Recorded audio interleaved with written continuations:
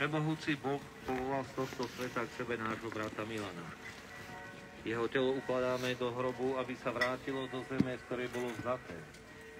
Kristus, ktorý stal z mŕtvych, pretvorí raz naše smrteľné telo, aby sa stalo podobným jeho oslávenému telu. Preto odporúčame nášho brata Milana Pánovi, aby ho vzal do svojho pokoja a aby jeho telo vzkriesil, keď príde deň posledný.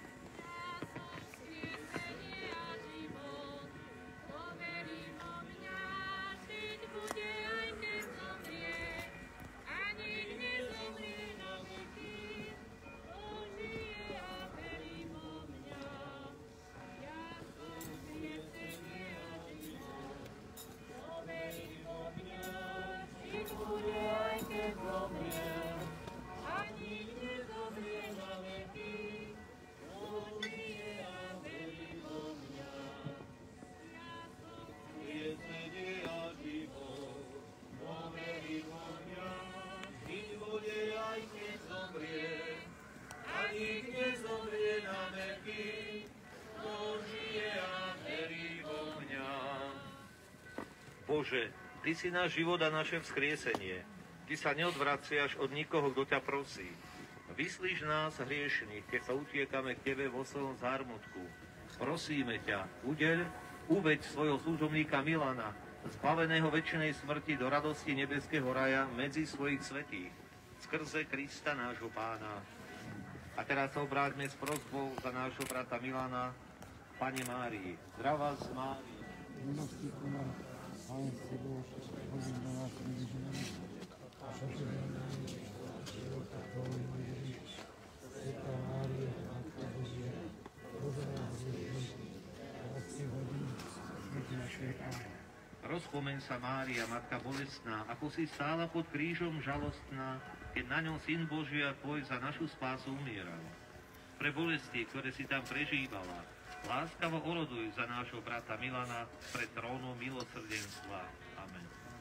Odpočinutie večné daj mu, Pane. Nech odpočíva v pokoji. Aj duše všetkých zomrelých veriacich pre milosrdenstvo Božie nech odpočívajú v pokoji.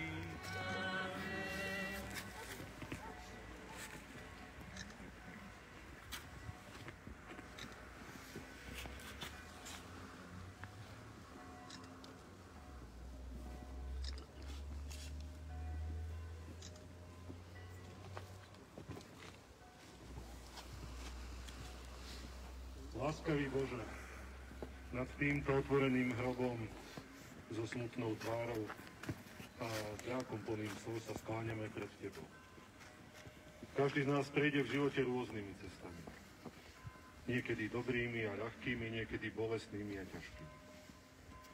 Život každého z nás je iný, no predsa je jedna vec, ktorá nás v určitom okamihu robí úplne rovnocennými. Je to smrť. Tu musí podstúpiť každý. Bez rozdielu postavenia, vzdelania, množstva plánov, chuti do života. Každému z nás vymeriavaš určitý čas. Dlhší či kratší. Teraz sa pretrhol zväzok lásky a ostanú len spomienky. Nevieme a nevládzeme pochopiť to, čo sa stalo. Pane Ježiši, Ty si mal pochopenie pre všetkých utrápených. Tvoje milosrdenstvo nepoznalo a nepozná hranice. Daj, prosíme, aby sme neboli sudcami, alebo aby sme zatrpkli voči Tvojej blízkosti a pomoci. Ty, láskavý Bože, ktorý poznáš ľudský bôľ a smútok, stoj v tejto chvíli pri zarmútenej rodine. Ty vo svojej všemohúcnosti nikomu nepotrebuješ vysvetľovať svoje konanie. Neraz sme v týchto chvíľach bezradní. Ale práve preto prosíme ťa, zmiluj sa nad nami a upokoj naše smutné a obolené srdcia. Posilni našu vieru tou nádejou, že nášho zosnulého príjmeš k sebe do svojho večného kráľovstva. A keď teraz musíme životom ísť bez neho, daruj nám novú silu a schopnosť ísť cestou života v nádeji a pokoji v mene nášho Spasiteľa Ježiša Krista. Prosíme ťa, zmiluj sa nad nami. Amen. kresťanskej viere a v nádeji vo vzkriesenie. Lúčime sa dnes so synom, manželom, otcom, bratom, švagrom, príbuzným a priateľom Milanom Lúčanským, ktorý sa narodil 10. februára 1969 rodičom Márii Lúčanskej, rodenej Lichoňovej, a už pánovi zosnulému Milanovi Lúčanskému Poprade. Vyrastal tu pod Tatrami, v Štrbe, kruhu milujúcej rodiny, spolu s mladšou sestrou Zláškou. Základnú školu navštevoval v rodnej Štrbe, strednú školu v nedalekom Svite. Magisterský titul získal po ukončení štúdií na Pedagogickej fakulte Univerzity Mateja Bela v roku 2003. Svoju životnú lásku stretol vo vlaku. Snáď už pri prvom stretnutí vedeli, že patria jeden k druhému. A tak áno, ktoré zaznelo z úst Martiny Horičkovej a Milana Lúčanského, znelo 21. septembra roku 1990. Bok po boku kráčali cestou života, snívali o budúcnosti, pracovali, tešili sa na všetko, čo ich v živote čaká. Tak, ako plynul čas, premieňali svoje sny kúsok po kúsku na skutočnosť, na spoločný život. Na život, ktorého súčasťou sa stali aj ich milované deti. Jakub, Adam a najmladšia Alexandra, ktoré s láskou spoločne vychovávali. Službu policajta začal vykonávať v roku 1989 ako frekventant pohotovostného útvaru verejnej bezpečnosti pre Slovenskú republiku v Pezinku. V roku 1990 sa stal starším inšpektorom obvodného oddelenia verejnej bezpečnosti Liptovský Hrádok. Neskôr prešiel do Martiny. Od roku 1997 bol starším referentom operatívneho oddelenia odboru kriminálnej polície Krajského riaditeľstva policajného zboru Žilina. V roku 2004 sa stal vedúcim oddelenia odhaľovania odboru boja proti organizovanej kriminalite Stred, Úradu boja proti organizovanej kriminalite. V roku 2008 sa stal riaditeľom odboru Stred Úradu boja proti organizovanej kriminalite Prezídia policajného zboru. V roku 2012 sa stal zástupcom riaditeľa Úradu boja proti organizovanej kriminalite. V rokoch 2012 až 2016 zastával funkciu prvého viceprezidenta policajného zboru. Po nástupe vlády Ivety Radičovej z polície odišiel. V rokoch 2016 až 2018 bol generálnym riaditeľom sekcie kontroly a inšpekčnej služby Ministerstva vnútra Slovenskej republiky. Počas svojho pôsobenia v rozličných pozíciách v rámci policajného zboru objasnil desiatky vražd, rozličné iné trestné činy, venoval sa vyšetrovaniu tých najzávažnejších prípadov organizovaných zločineckých skupín. Na základe vládou schváleného návrhu bol 26.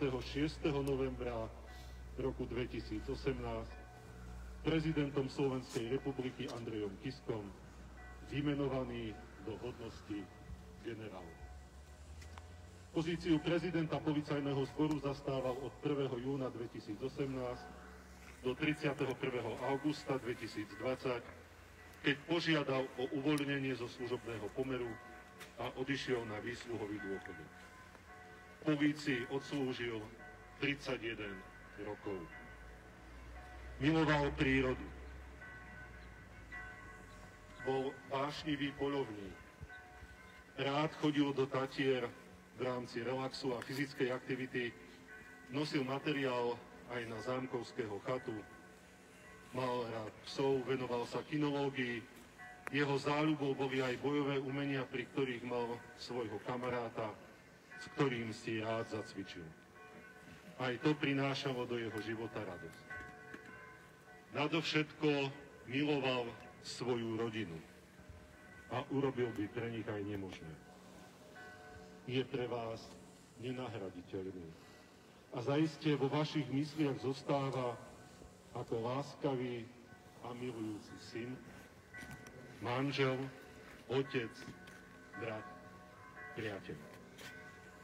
Po odchode na výsluhový dôchodok, ktorý si chcel užiť v kruhu rodiny a priateľov po náročnej službe vrcholového riadiaceho pracovníka v rámci polície, prišlo začiatkom decembra ťažké obdobie rozličných obvinení. Po tom, čo zosnulý Milan Lučanský sám dobrovoľne prišiel po návrate zo zahraničia na políciu, aby bol vypočutý, bol dňa 6. decembra 2020 vzatý do kolúznej väzby v Prešove, ktorá znamenala pretrhnutie akýchkoľvek kontaktov s rodinou. Na verejnosť prenikli informácie o jeho prvom zranení z 9. decembra, kedy bol prevezený na ošetrenie do vojenskej nemocnice v Ružomberku. Rodinu, ako aj verejnosť, znepokojila správa z 29. decembra, že Milan Lučanský je v kritickom stave a lekári bojujú o jeho život. Jeho život sa skončil 30. decembra 2020 v nemocnici Jána Adama Reimera v Prešove, dožijúca 51 rokov, 10 mesiacov a 20 dní.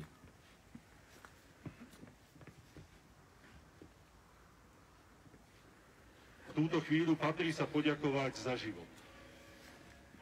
Za životné dielo zosnulého a odovzdať Bohu, čo len jemu patrí.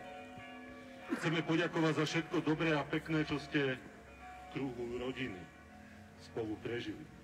Za všetky prejavy pochopenia, milé a úprimné objatia, stisk ruky, pomoc, priateľstvo. Chceme poďakovať aj za všetky dobré veci, ktoré zosnulý generál Milan Lučanský v rámci svojej služby v policajnom zbore vykonal pre Slovensko s vedomím toho, že dnes sa naposledy lúčime s človekom, ktorý má nepopierateľnú zásluhu na boji slovenskej polície s organizovaným zločinom. Lúčime sa s túžbou a prianím, aby sme mohli na neho takto stále spomínať. Život človeka nemožno vtesnať do niekoľkých riadkov. Každý z vás, ktorí ste prišli na túto poslednú pohrebnú rozlúčku so zosnulým, by ste zaiste vedeli k týmto riadkom, ktoré tu odzneli, doplniť mnohé iné spomienky, zážitky, ktoré vás so zosnulým či jeho rodinou spájajú. Lúčime sa s človekom, ktorý bol súčasťou vášho života. Drahá zarmútená rodina. Ako aj súčasťou života mnohých ostatných ľudí, ktorých stretával a spoločne s ním prežívali radostné i smutné okamihy jeho života. V túto chvíľu chceme vysloviť Pánu Bohu slová vďaky za jeho život, za jeho prítomnosť, ktorá i nás mnohom obohatila. Zaiste aj on by chcel vám poďakovať za všetko, čo ste pre neho urobili, čo ste s ním prežili. Že ste boli jeho nádejou a oporou. Príjmite prosím toto posledné ďakujem v túto chvíľu z mojich úst. Odchádza človek, aj keď za nevyjasnených okolností. A my prišli sme Božím slovom a v modlitbách vyprevadiť ho na jeho poslednej ceste.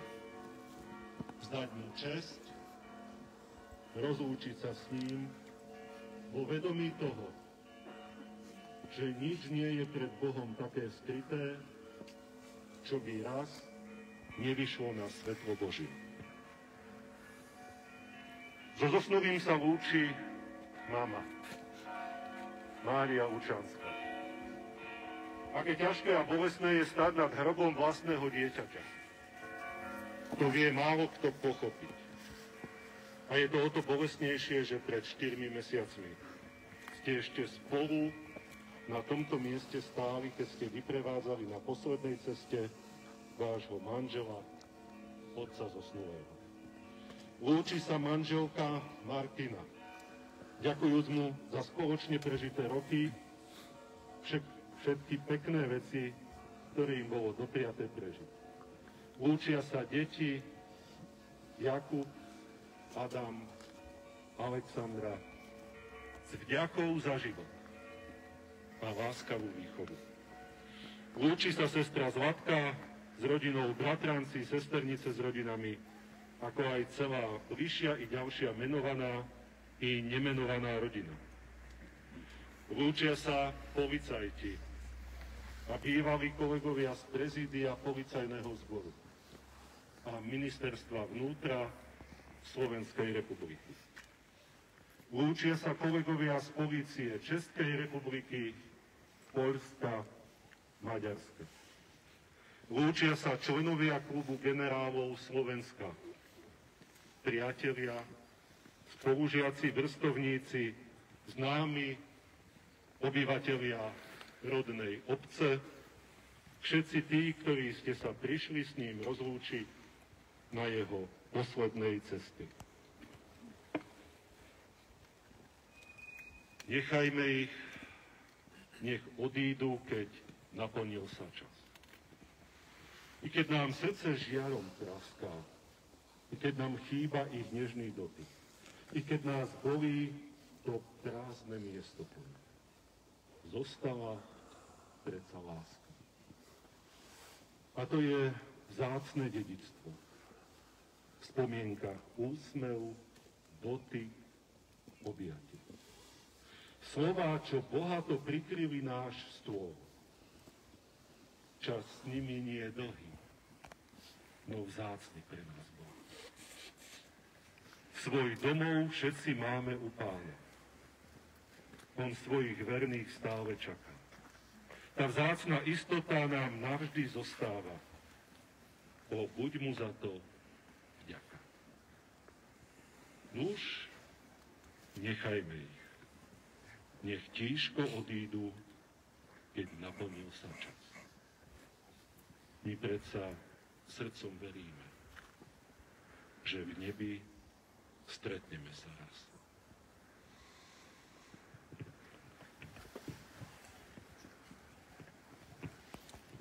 Vážená smútiaca rodina, vážené smútočné zhromaždenie. V mozaike okamihov, z ktorých sa skladá ľudský život, majú svoje miesto zvítania, úsmevy šťastia, ale aj ťažké chvíle rozlúčok. Napriek tomu, že sme ľudia reálni, poznajúc prísnu odku života, vždy nás prekvapí a zraní skutočnosť, keď človek navždy odišiel z tohto sveta. Je ťažké hľadať slova pri aj tejkoľvek smrti. A pri tejto ešte ťažšie. Pretože Milan mal obrovské srdce pre všetkých. Svojou prácou chránil nás všetkých presne tak, ako to budete počuť v piesni, ktorá zaznie na jeho konci a zostane len jeho. Milan chcel dokázať, že stojí za to bojovať pre spravodlivosť a jeho hodnoty hovoria samé za seba. A preto ti, Milan, prečítam list od dcéry Sašky, ktorý si sám nemohol.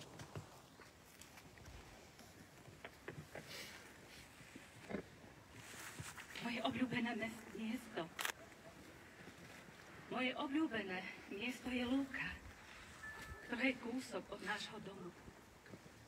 Najčastejšie tam chodím so svojím psom na prechádzky. Lúka má svoje čaro v každom ročnom období. V zime vyzerá ako veľký biely koberec.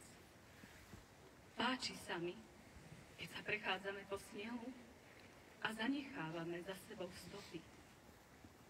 Ja kráčam pomaly a vytváram obrazy. Môj malý spoločník pobehuje hore-dole. Niekedy zbadáme stopy po zvieratkách, ktoré hľadajú potravu. Na jar začnú spod snehu vystrkovať hlávky prvé snežinky.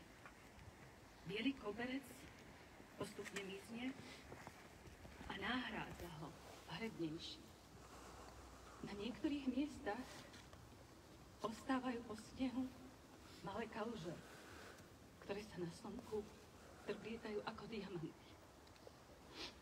Ako sa otepluje, lúka je čoraz farebnejšia.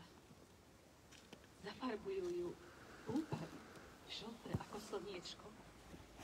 Vlčí mak, červený ako krv. Aj nezábudky, modré ako more. Koní naháňa pestrofarebné motýle. Ja sa na ňo pozerám a počúvam lúčný orchester. Je zložený z vtáčikov, usilovných včielok, lúčných kobyliek. Rada zbieram bylinky na rôzne čaje. Keď sa opäť ochladí a lúka začne strácať farby, púšťam si šarkan. Na zemi sa lúka prikryje bielou perinou. Na tejto lúke sa cítim príjemne a slobodne. Nedokážem pochopiť tie otázniky, ktoré tu visia, pretože zanechali tú najväčšiu tmu a tiene. Prečo? No tie zostanú už celý život nevypovedané. Zostanú len tvoje obrovské hodnoty práce, lásky, obetavosti a úsilia zmeniť všetko na dobré. Nech tie všetky sviečky, ktoré horia, sú ti dôkazom toho, že pri tebe stojíme všetci. A to posledné, čo pred 3 mesiacmi sme písali, keď ti odišiel otec, odkazuje aj svojim milovaným. Môžete teraz plakať, lebo som odišiel. Alebo sa môžete tešiť, že som žil. Môžete zavrieť oči a prijať si, aby som sa vrátil. Alebo ich môžete nechať otvorené a uvedomiť si, čo som vám všetko zanechal. Vaše srdcia môžu ostať prázdne, lebo ma už nikdy neuvidíte. Alebo môžu ostať plné lásky, ktorú sme spolu zdieľali. Keď budete v noci hľadieť na nebo, bude sa vám zdať, ako by sa všetky hviezdy smiali. Pretože ja budem bývať v jednej z nich. Pretože ja sa budem na jednej z nich smiať. Vy budete mať hviezdy, ktoré sa vedia smiať. A budete vedieť, že dobre vidíme iba srdcom. To, čo je dôležité, je očiam neviditeľné. Tak vás prosím, nezabudnite a dívajte sa na svet srdcom. Srdcom, ktoré vám vždy pripomeniem. Zatrúbte najhlasnejšie, ako viete. Nech zvuk sirén je počuť v diaľi.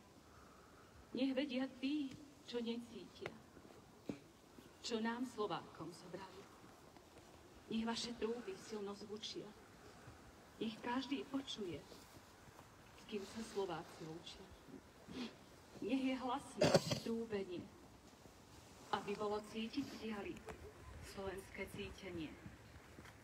Trúbte trúby a nech zvony zvučia, aby každý národ sveta vedel, že Slováci sa lúčia. Nech sú zvony trúby tak hlučné, aby sa brány nebies otvorili, aby aj anjeli v nebi vedeli, s kým sa Slováci lúčia. Milan, s Bohom buď a nedovol nám na teba zabudnúť. Vážený pán generál Milan Lučanský, si človek, ktorý svojou hodnotou dokázal postaviť tisíce Slovákov to, aby ti verili, veria a veriť v teba navždy budú. Ďakujeme ti, Milan, za všetko.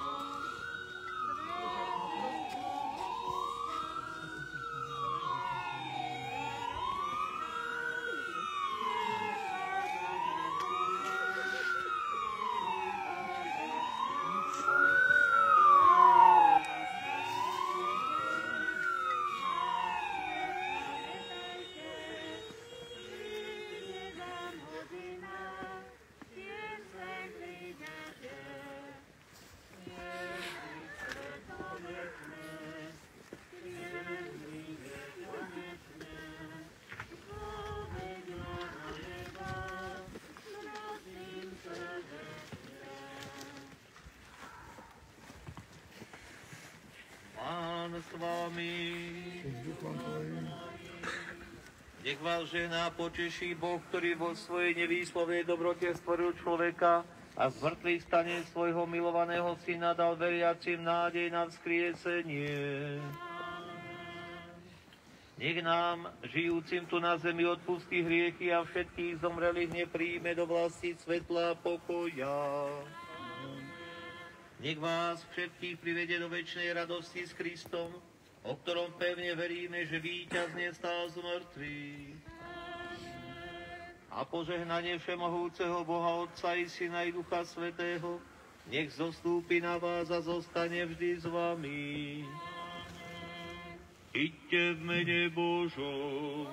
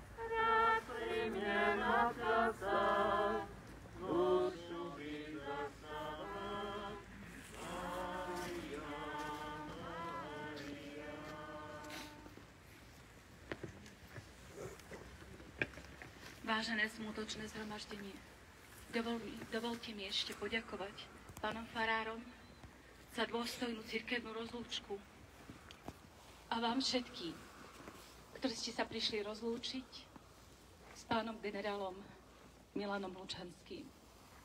Ďakujeme za všetky kvetinové dary a kondolencia môže prebiehať, ale bez podania rúk. Ďakujem.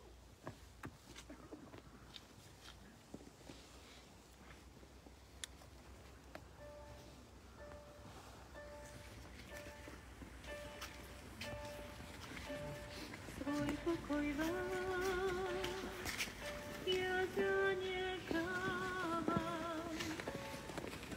pokoj